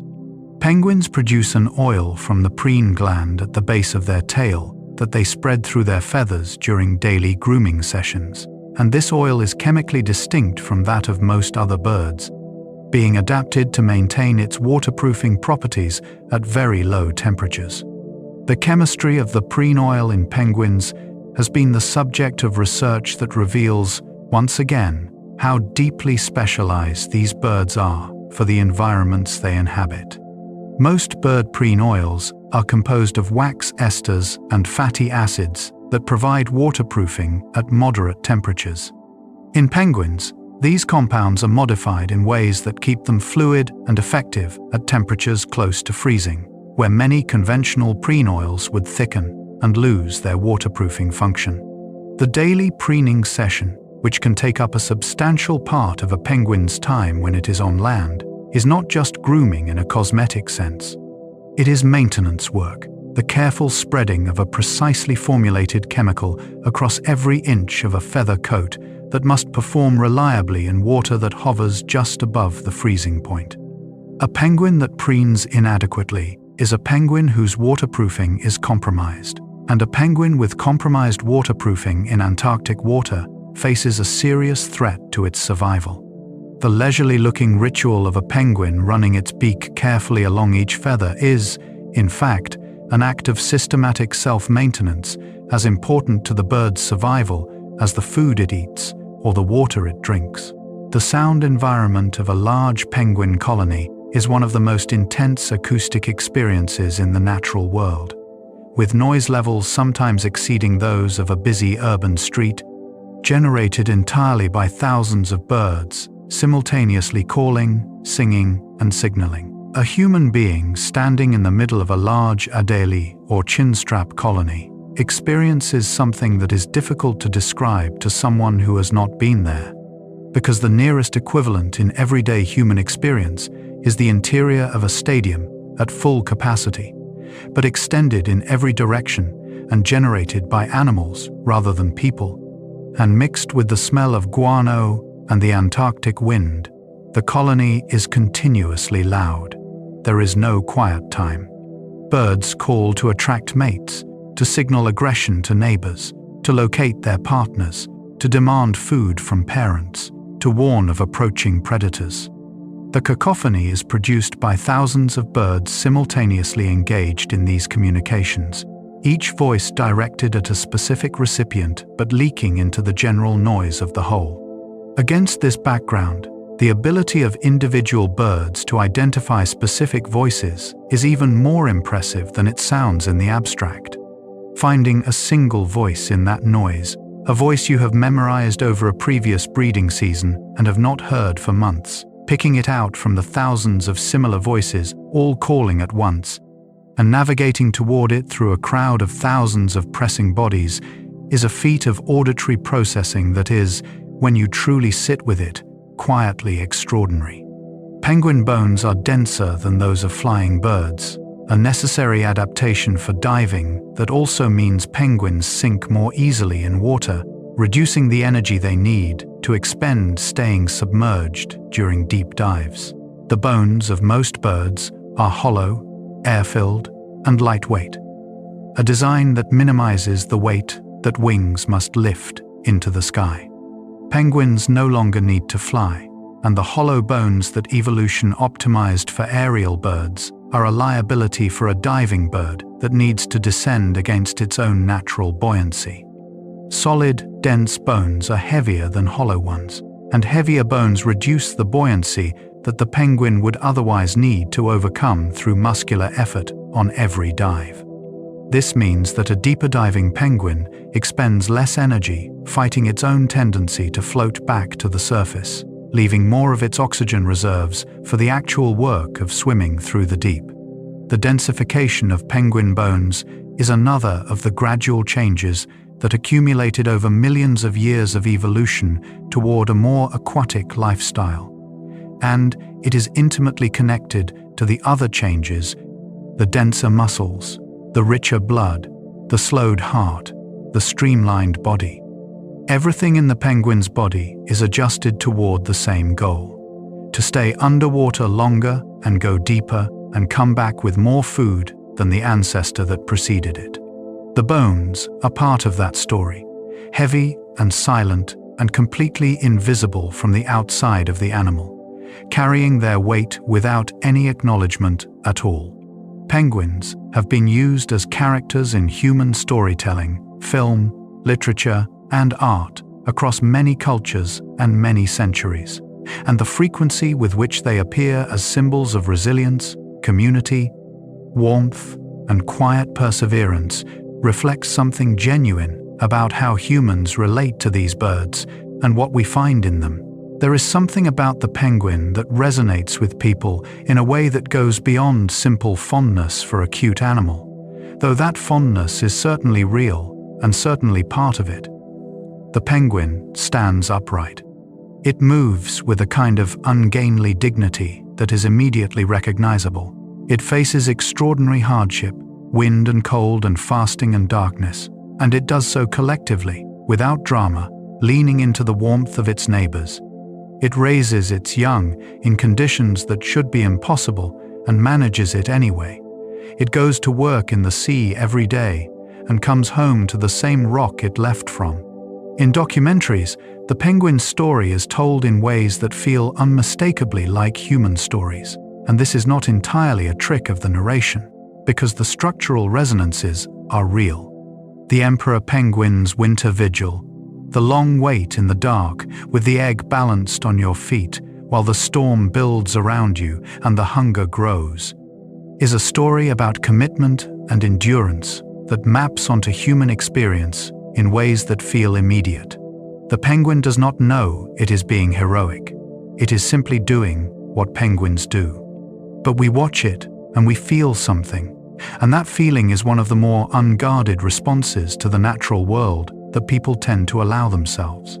Some penguins, particularly the larger species like kings and emperors, can live for more than 20 years in the wild, and their long lives mean that a single bird may breed dozens of times over the course of its life, accumulating experience that makes it progressively more successful as a parent with each passing season.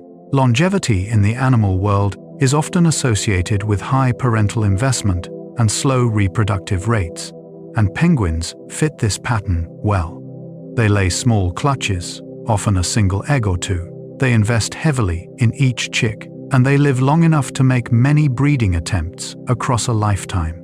The payoff for this strategy is that each individual bird has the potential to be a successful parent many times over, and the knowledge it accumulates about the best foraging areas, about the timing of seasonal changes, about the logistics of the breeding colony, makes it better at each successive attempt.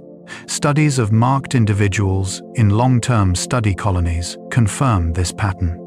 Older, more experienced birds breed earlier in the season, have higher chick survival rates, and are better at the logistical coordination that successful penguin breeding requires.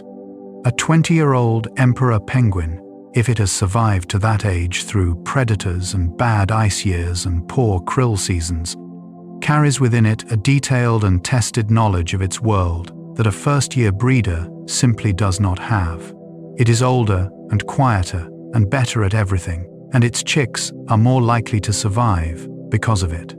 Penguins face a range of natural predators both at sea and on land, including leopard seals, killer whales, sharks, and various birds of prey, and their behavior is shaped at every level by the need to manage these risks while still getting enough food to survive and reproduce. The leopard seal is perhaps the most significant predator of penguins in the Antarctic, a large and powerful pinniped that waits near the ice edge, where penguins enter and exit the water, sometimes for hours, watching and waiting. Penguins are aware of this danger, and their behavior at the water's edge reflects it. They gather in groups before entering, hesitating at the edge, sometimes for considerable time, each individual apparently waiting for another to go first. This behavior, which researchers have called the dithering effect, represents a genuine collective action problem. It is safer to be the second penguin in than the first, because the seal's attention will be on the first bird, but everyone wants to be second and no one wants to be first. Eventually, a bird goes in, usually because the pressure of the crowd from behind becomes too great, or because the wait has simply become intolerable and the others follow quickly. In the water, penguins gain safety in numbers, with many eyes watching in many directions, and the collective size of the group confusing predators that rely on singling out an individual. Speed and agility are their main defenses in open water, and their extraordinary swimming ability is ultimately their best protection against everything that wants to eat them.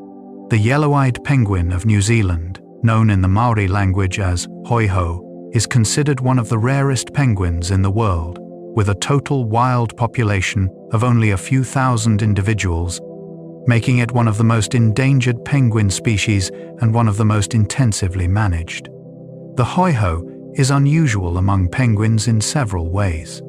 It is a solitary nester, unusual for a family characterized by its enormous colonial gatherings, preferring to nest in dense forest or scrub where it cannot see neighboring nests.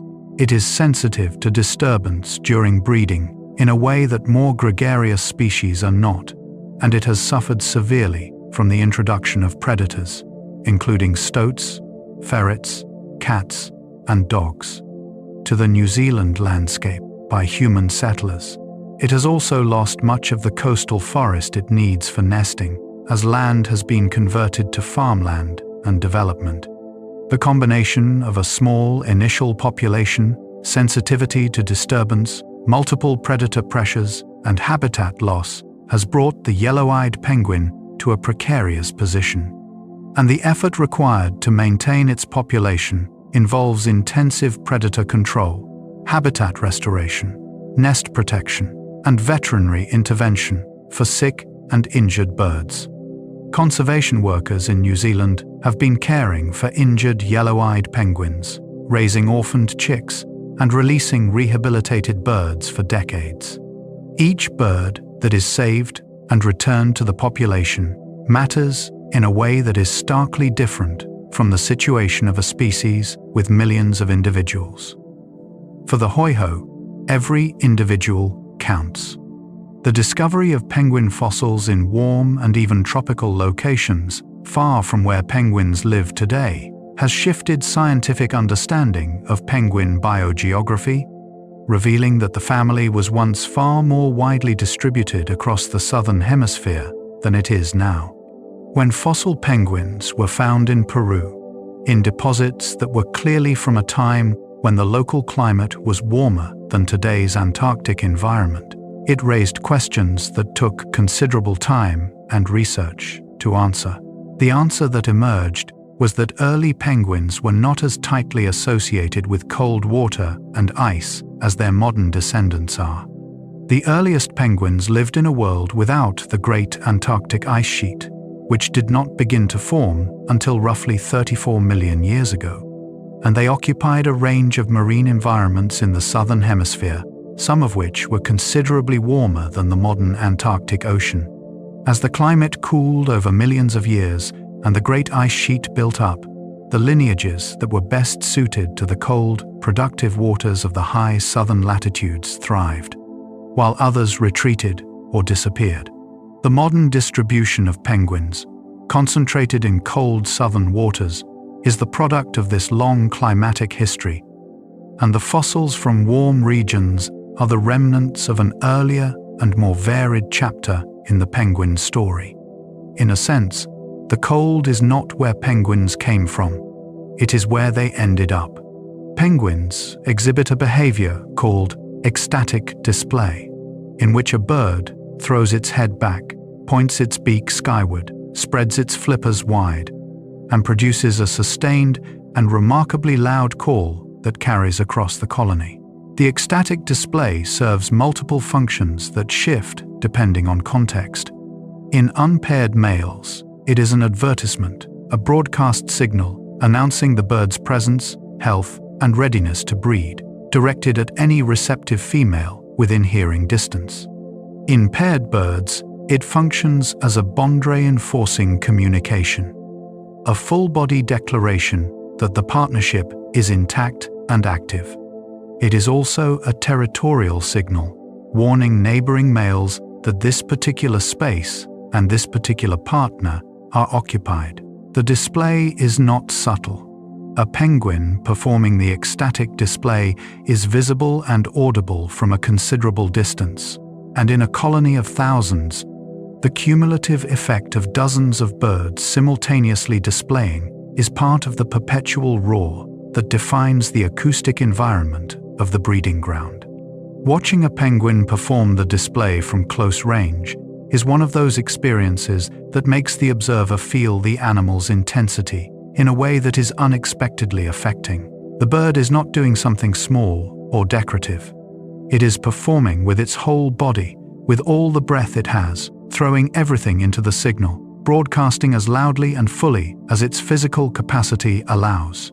It is, whatever its function, an act of complete commitment.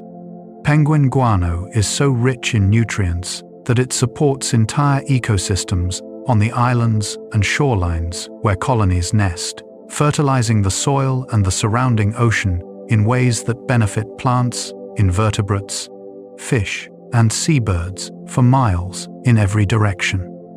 A large penguin colony is not just a collection of birds, it is an ecological engine. The fish and squid and krill that penguins harvest from the surrounding ocean represent an enormous transfer of nutrients from the sea to the land, and most of those nutrients end up in the guano that accumulates beneath and around the colony in quantities that are, frankly, impressive. On some sub-Antarctic islands, the areas around penguin colonies are the most vegetated and the most ecologically diverse on the island, because the nutrient input has created soil conditions that support dense plant growth, which supports invertebrates, which supports other birds and animals. The surrounding ocean also benefits. Rain washes nutrients from guano deposits into the sea, fertilizing the coastal waters and stimulating phytoplankton blooms that in turn support the krill and small fish that the penguins themselves depend on. The colony is embedded in a nutrient cycle of its own creation, giving back to the ocean and the land a portion of what it takes, enriching the world around it as a consequence of simply being there and doing what penguins do. The way a penguin parent recognizes its own chick among potentially thousands of nearly identical chicks in the colony is one of the more remarkable feats of individual recognition in the animal world, accomplished through voice recognition that is established before the chick even hatches. When an emperor or king penguin chick has been growing for enough weeks that it joins the creche, a group of chicks that huddle together for warmth while both parents are at sea, it becomes essentially invisible within a crowd of hundreds or thousands of nearly identical fluffy brown birds. The parent, returning from the ocean with a stomach full of partly digested food to regurgitate, cannot find its chick by sight. It calls, and somewhere in that crowd, a particular voice calls back, and the parent moves toward the sound, and the chick moves toward the parent, and they find each other through voices that were learned during the first days of the chick's life, and will be recognized for as long as the relationship lasts. This vocal imprinting begins before hatching. Chicks in the egg can hear the calls of their parents through the shell, and they call back, and a dialogue begins before the chick has even seen the world.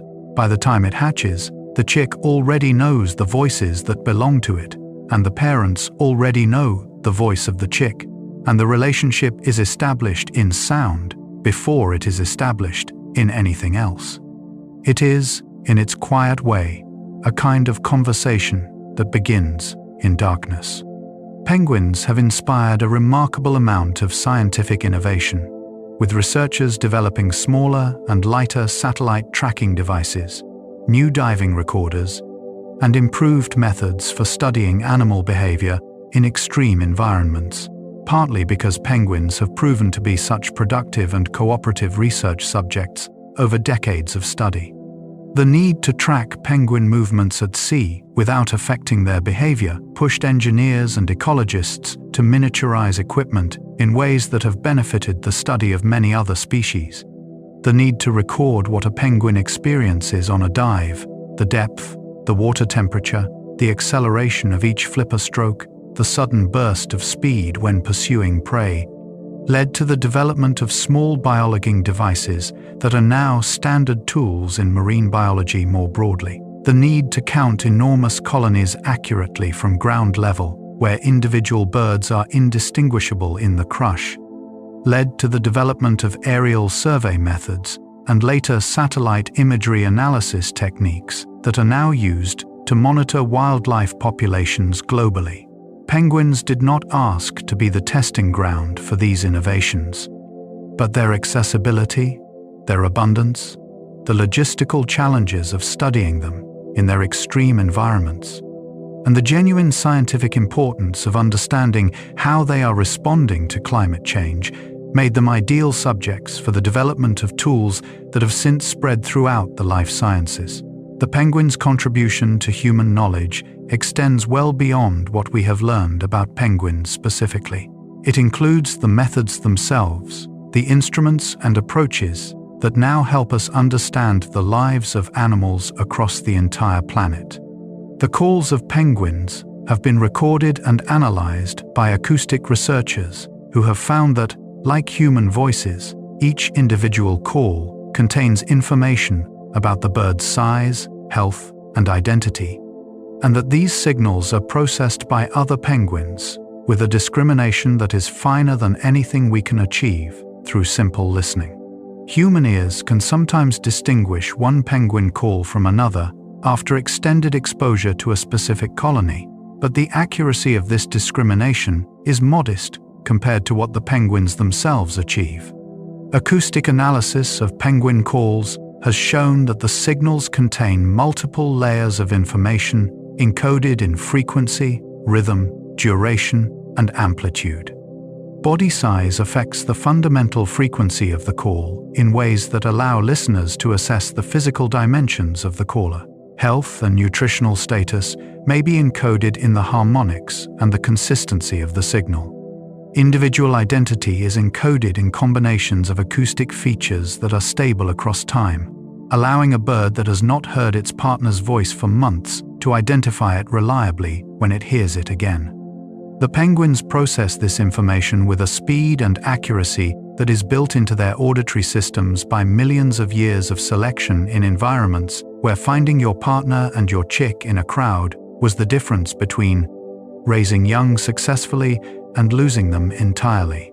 The calls of a penguin colony, which to human ears is simply noise, is to the penguins within it a dense and legible communication environment, every voice carrying a full set of identification and status information to every ear that knows how to listen. Penguins have a surprisingly complex relationship with sleep that researchers are only beginning to understand fully, including evidence that some species may engage in rapid eye movement sleep while floating on the surface of the ocean, in a way that is structurally similar to the dreaming sleep of mammals.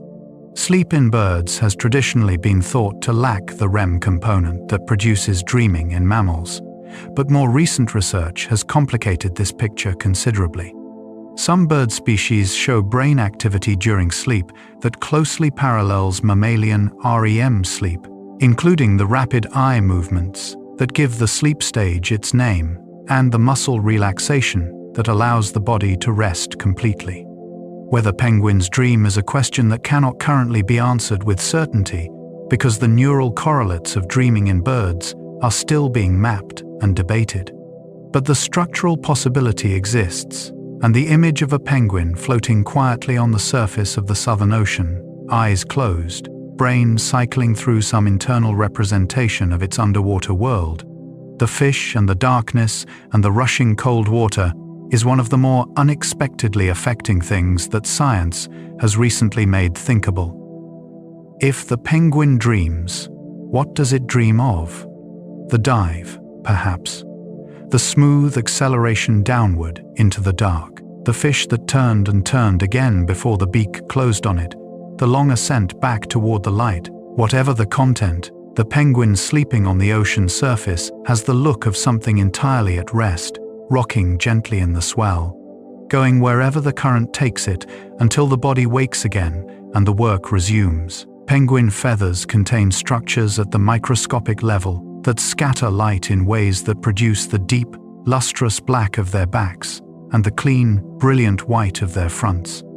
And the physics behind these colors has attracted the attention of materials scientists interested in structural color and optical engineering. The black of a penguin's back is not simply dark pigment absorbing light. It is a precisely organized arrangement of melanin granules within the feather barbules, packed in a geometry that absorbs nearly all incident light across the visible spectrum, producing a black that is deeper and more uniform than most manufactured blacks.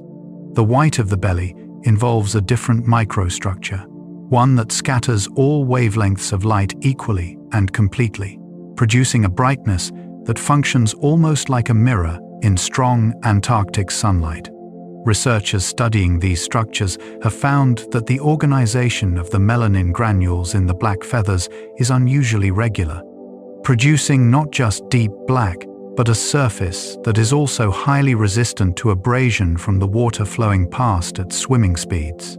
The structural properties of penguin feathers are being studied as models for the development of materials with specific optical and hydrodynamic properties.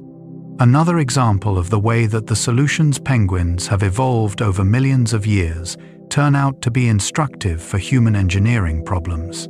The animal that wears a tuxedo to the edge of the world is, at the microscopic level, dressed in something considerably more sophisticated than it looks. The Sub-Antarctic islands, where so many penguin species breed, are themselves extraordinary places, geologically young and biologically rich, formed by volcanic activity on the mid-ocean ridges and carrying ecosystems that exist nowhere else on Earth. South Georgia, home to enormous colonies of king penguins and Macaroni penguins, and also to the world's largest concentration of fur seals, is an island of dramatic mountains and glaciers and broad grassy plains where the wind is nearly constant and the weather changes within minutes from clear to blinding. It is remote in a way that few inhabited or frequently visited places on Earth still are, lying in the southern Atlantic some 800 miles east of the Falkland Islands, reachable only by a sea crossing through some of the roughest water in the world. The Crozet Islands in the Indian Ocean, the Kerguelen Islands, Heard Island, Macquarie Island, south of New Zealand. Each of these places carries its own particular character and its own particular suite of wildlife, but all of them share the quality of existing at the edge of the habitable world, in conditions of wind and cold and isolation that keep them functionally wild in a way that is increasingly rare. The penguins that breed on these islands do not know they are rare, or special, or increasingly precious. They know the same things they have always known: the location of the good nest sites, the sound of their partner's voice, the water temperature that tells them the krill are near, the direction of home. That is enough. That has always been enough. Penguins have a relationship with gravity that is unlike almost any other animal, because the same dense, heavy body that makes swimming effortless makes walking genuinely labored, and yet the birds traverse extraordinary distances on land with a persistence that seems to belong to a creature much better designed for the task. Emperor penguins, walking to their breeding colony, travel across sea ice that is flat and featureless and offers no shelter, in conditions of cold and wind that reduce visibility to meters and the wind chill to temperatures far below what their physiology alone could manage, if not for the fat and the feathers and the slow, determined pace they maintain across the miles. They do not hurry. They cannot hurry. The waddle is the only gait they have on land, and it is inefficient in the way that all compromises are inefficient.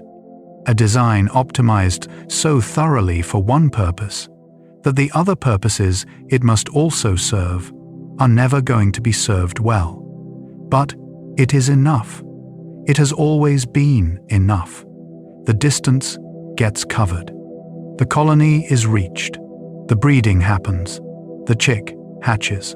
Everything that needs to happen happens, accomplished by a creature waddling across a frozen continent in the dark, burning stored energy with every rocking step, moving forward with the unhurried certainty of an animal that has been making this same journey, in this same way, for longer than the ice itself has existed in its current form.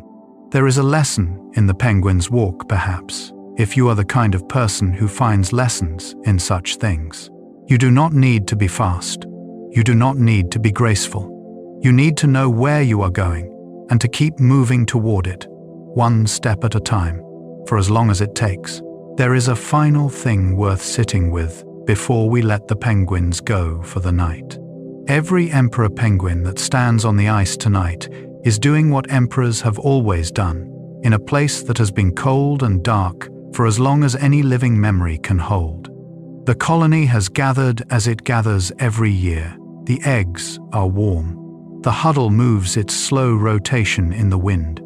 And somewhere at the center of that great mass of birds, in the warmest, most sheltered place the group can create, a chick is breathing its first hours of life into the frozen air. With no idea that anything in the world is remarkable. It simply is. It has arrived, and the warmth is there, and the voice of its parent is the first sound it has ever heard, and it is enough.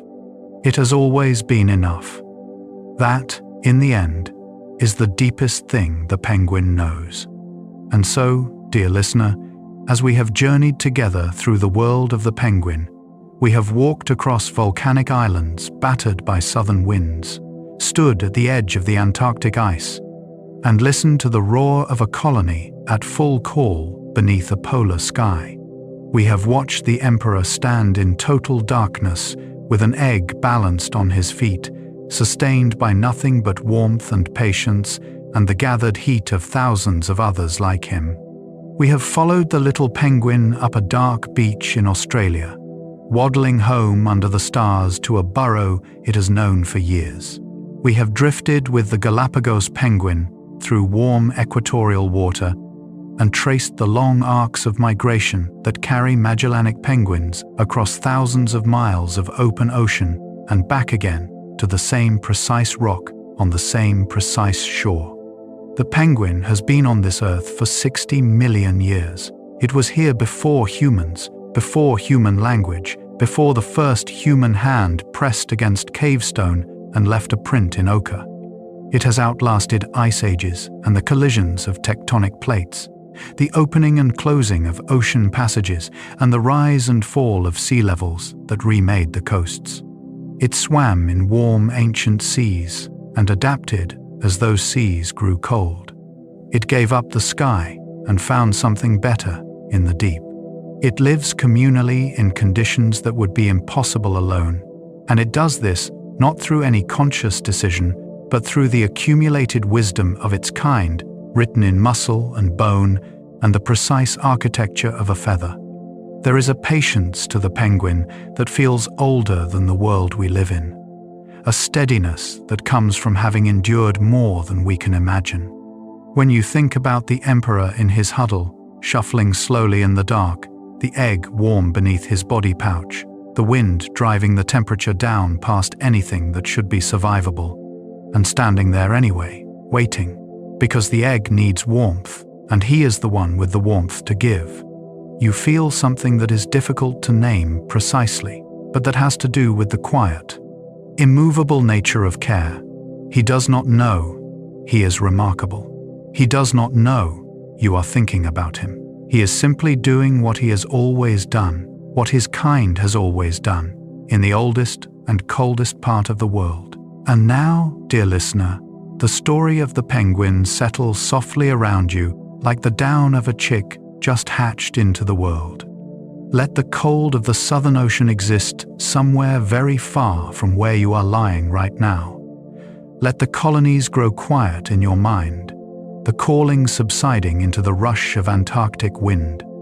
Let the dark water close over the last diving silhouette, leaving the surface smooth and still.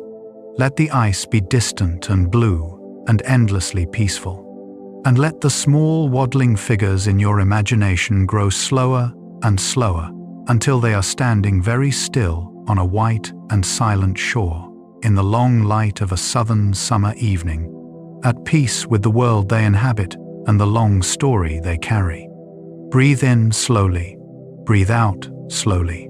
The penguins are at rest, the ocean is calm.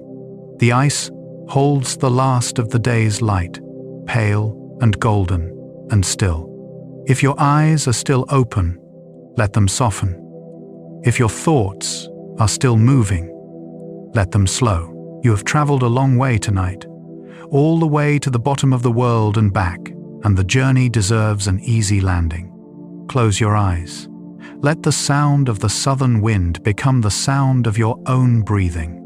Let the image of a colony at rest fill the dark behind your eyes. Thousands of small, warm birds pressed close together, all of them breathing, all of them dreaming in whatever way penguins dream, standing on the ice at the edge of the world as they have always stood, steady and unhurried and utterly at home. Good night.